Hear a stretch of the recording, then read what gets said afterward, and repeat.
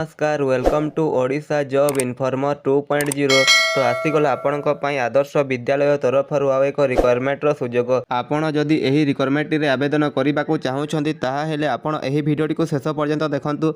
मु एही वीडियो रे एही रिक्वायरमेंट एज लिमिट कोन रहिबो, कैटेगरी को कैटेगरी पई केते पोस्ट अछि, सैलरी केते रहिबो, लास्ट डेट केबे अछि, हाउ टू अप्लाई, केमिति आवेदन करेंगे, डॉक्यूमेंट को डॉक्यूमेंट लगे, सिलेक्शन प्रोसेस कौन केमिति रहिबो मु आपनको सब एही वीडियो रे जणे दैछि। तो आपण एही वीडियोटी को शेष पर्यंत देखंतु।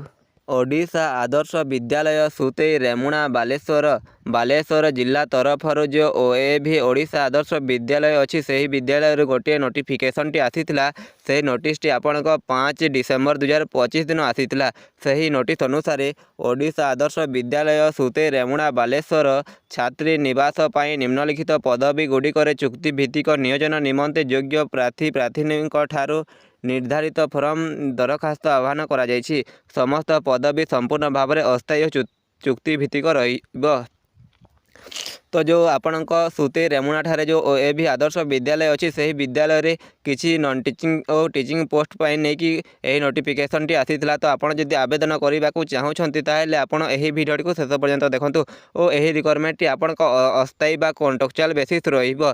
तो मु आपण को जणेदेबी को पोस्ट अच्छी आपण क्वालिफिकेशन कौन रहिबो और सैलरी केते रहिबो। क्रमिक संख्या 1 रे पदवीर नाम आपण वार्डेन पोस्ट रही खाली पड़ी स्थान आपण महिला मानक पई गोटे पोस्ट रही। शिक्षागत योग्यता देखा गले आप बीए कि बीएससी डिग्री टी कंप्लीट करते आप आवेदन करेंगे। मासिक पारिश्रमिक आपण को 21,175 टंका पर मंथ सैलरी टी दिज्व। बयस देखा गले आपण मिनिमम एज 30 वर्ष और मैक्सिमम एज 60 वर्ष होते आप आवेदन टी करेंगे। क्रमिक संख्या 2 रे मुख्य रसाया आपण हेड कुकर पोस्ट रही महिला मानक पई गोटे पोस्ट रही। उत्तम रंधन अभिज्ञता आपण कौन भी क्वालिफिकेशन लगे ना। आपण कुकिंग एक्सपीरियंस थी आपण भल भाव में रांधि जानूथे ताहेले आपण एही पोस्ट पे आवेदन करेंगे। आपण को पर मंथ 9,000 टंका सैलरी दिज्व और आपण मिनिमम एज 30 वर्ष और मैक्सिमम एज 40 वर्ष होते आप आवेदन टी करेंगे। और क्रमिक संख्या 3 रे सहायक रसाया असिस्टेंट कुक पोस्ट पाई एही आपण महिला मानक पई 2टी पोस्ट रही। एही आपण कौन भी एजुकेशनल क्वालिफिकेशन मागी नहीं। आपण उत्तम रंधन अभिज्ञता आपण भल भाव में रांधि जानूथे आपण कुकिंग एक्सपीरियंस थी ताहेले आपण एही पोस्ट पर आवेदन करेंगे। और आपण को पर मंथ 6,750 टंका लेखा सैलरी दिज्व और आपण मिनिमम एज 21 वर्ष और मैक्सिमम एज 35 वर्ष होते आप पोस्ट पर आवेदन टी करेंगे। क्रमिक संख्या 4 रे आपण चौकीदार तथा झाड़ूदार पोस्ट रही जोटा कि आपण चौकीदार कम स्वीपर पोस्ट रही।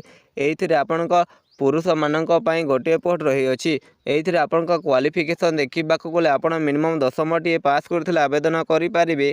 आपण को एही पर मंथ 7,500 टंका सैलरी दिज्व और आपण मिनिमम एज 21 वर्ष और मैक्सिमम एज 32 वर्ष होते आप पोस्ट पर आवेदन करेंगे। योग्य प्रार्थी और प्रार्थी मानक आवश्यक शिक्षागत योग्यतार सर्टिफिकेट आपण शिक्षागत योग्यता आपण क्वालिफिकेशन सर्टिफिकेट मार्कशीट लगे आप देवे। अभिज्ञता आपण एक्सपीरियंस सर्टिफिकेट लगे आप देवे। जन्म तारीख एज प्रूफ आपण 10मा सर्टिफिकेट लगे आप देवे। आवेदन कर पदवीर नाम आपण निजर क्यों पोस्ट में आवेदन कर एप्लिकेशन फॉर्म रे लिखिबे। लिखि सारा पर आपण रेसिडेंट सर्टिफिकेट लगे आप देवे। ताहा दे सारा पर आपण जेते अछि जेते डॉक्यूमेंट गुडी समस्त जेरॉक्स करके देवे। जेरॉक्स दे सारा पर आपण 2टी पासपोर्ट साइज फोटोग्राफ लगे आप देवे जोटा कि आपण कलर पासपोर्ट साइज फोटोग्राफ रही आपण ताहा देवे। ताहा दे सारा पर समस्त को जेरॉक्स करेंगे। जेरॉक्स कर सारा पर समस्त को गोटे सही एप्लिकेशन फॉर्म सहित अटैच करेंगे। अटैच कर सारा पर ताको गोटे एनवलप रे भरिकी आपण दिया जाइथबा एड्रेस रे ताको पठेबे। से एड्रेस टी रहिला आपण ओडिशा आदर्श विद्यालय सुतेई रेमुणा बालेश्वर जिला 756056।